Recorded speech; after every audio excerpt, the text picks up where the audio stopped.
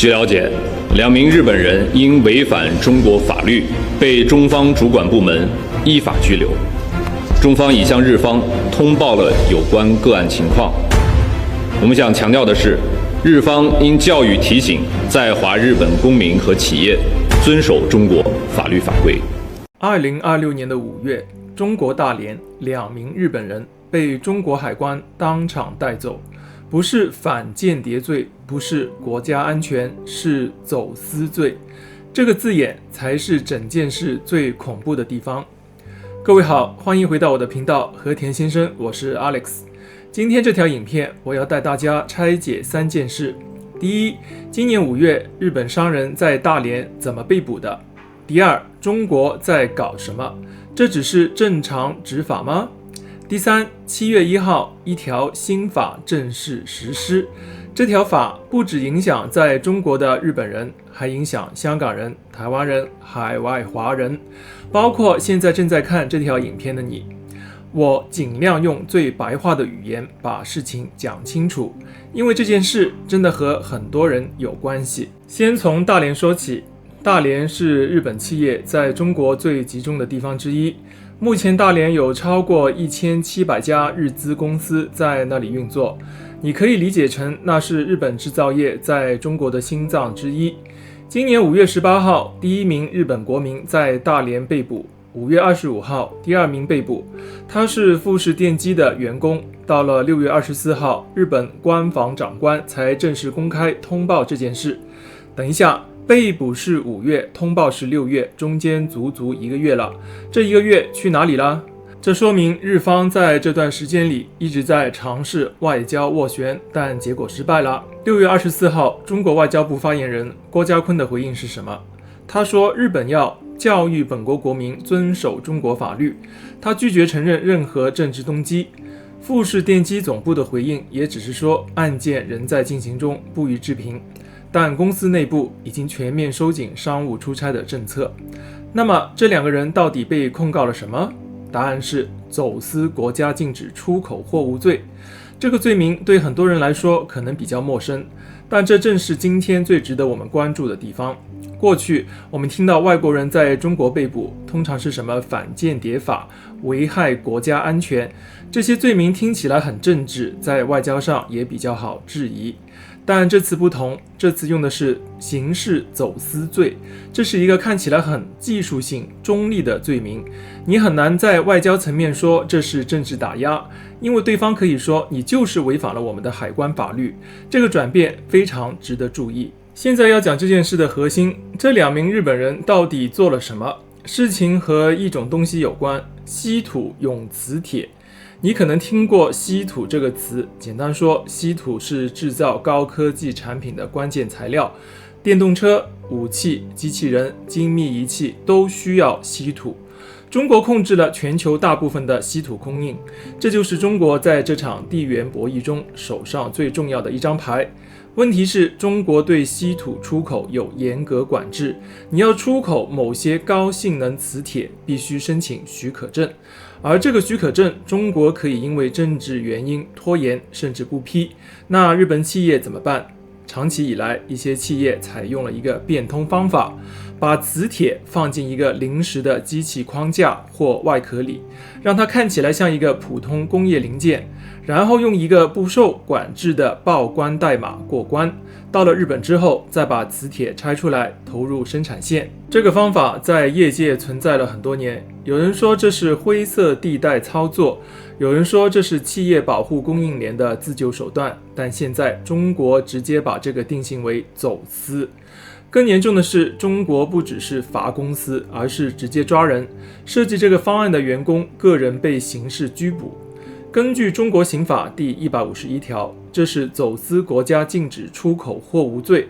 如果金额超过50万人民币，刑期可以从10年直接跳到无期徒刑。听清楚了吗？不是罚款，不是暂停业务，是无期徒刑。你可能会问，这种做法不是存在很多年了吗？为什么中国偏偏在2026年在大连出手？时间线很重要。2025年11月，日本首相高市早苗在国会说了一句话，他说，如果中国用武力强行控制台湾，日本将视之为存立危机事态。这个词在日本法律上有很具体的意思，它等同于日本自卫队可以出动介入的情况。简单说，高市早苗明确表态，台海一旦开战，日本可能出兵。北京的反应是什么？2026年2月，中国公布了一份制裁名单，列出20家受制裁的日本法人机构，包括三菱重工以及日本的航天研究机构 JAXA。大连的拘捕行动就是在这个背景下发生的。北京想传达的信号很清楚，你敢在台湾问题上画红线，我就动你的供应链，我就抓你的员工。这不是执法，这是一种无声的外交施压。只不过施压的工具是法律，是海关，是刑事罪名。好，现在说到今天最重要的部分。2026年7月1号，就是几天之后，中国将正式实施一条新法律——民族团结进步促进法。这条法乍听之下好像跟大多数人没有关系。民族团结听起来是中国的内政事务，但你要注意的是第63条。第63条写明，就算你不在中国境内，只要你在海外做出破坏民族团结、制造民族分裂的行为，中国依然可以追究你的法律责任。这叫做域外管辖，就是法律的触手伸出中国国境。那什么叫破坏民族团结？这个定义非常模糊，法律里没有清楚标准。实际上怎么定义，由中国说了算。那么哪些人可能受影响？我分4个群体说。首先是日本人，如果你是日本的学者、评论员、地方议员，你在社交媒体上发文批评中国的新疆政策、西藏问题，或者公开支持台湾独立，理论上中国可以认定你触犯了这条法。更大的问题在企业，日本公司被美国法律要求要调查供应链有没有涉及新疆强迫劳动，但如果你在中国的工厂做这个调查，中国可以说你在制造民族分裂，一边要遵守美国法律，一边要避开中国法律，这是一个双重夹击的陷阱。然后是香港人，这条法和2020年的国家安全法不一样。国安法主要针对香港境内的行为，这条新法明确延伸到海外。更值得注意的是，2023年曾有案例，一名香港留学生在日本的社交媒体发表言论，回港后被捕。这个先例成为第63条域外条款的参考基础。换句话说，就算你人在海外，你的帖子、你的言论依然可能被监控，依然可能在你回到中港澳时被追究。再来是台湾人，这条法的第21条直接提到台湾，条文的意思是要增进台湾同胞对中华民族的认同感，强调台湾人同属中华民族，同是中国人。更危险的是追溯期的问题，涉及国家统一相关的罪名，在中国法律框架下，很多是没有追溯期限制的。这意味着中国可以对台湾相关人士进行缺席审判，发出通缉令。如果这些人日后路过泰国、柬埔寨或其他和中国关系密切的国家，就可能面临被捕或引渡的风险。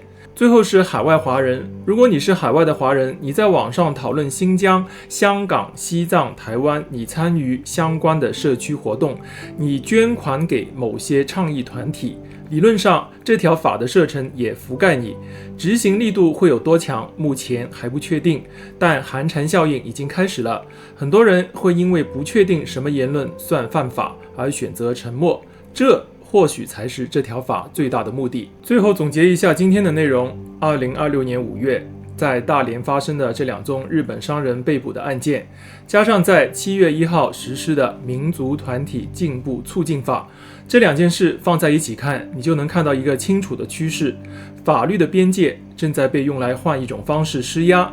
供应链、人身自由、言论空间都已经进入了这场博弈的棋盘。对跨国企业来说，这不再只是合规问题，而是人身安全问题。对海外的香港人、台湾人、日本人、华人来说，你在网上说了什么，去了哪里，都可能在你意想不到的时刻成为一个问题。如果你觉得今天的内容对你有帮助，请帮我按一个赞，让更多人看到这条影片。你也可以在留言区告诉我你最关注这件事的哪个角度，是企业风险，是法律细节，还是对普通人的影响。最后也请你把我的影片分享给身边的朋友，并且不要忘记订阅我的频道和田先生，并开启小铃铛，这样就不会错过最新的影片。感谢大家的观看，我是 Alex， 我们下期影片再见。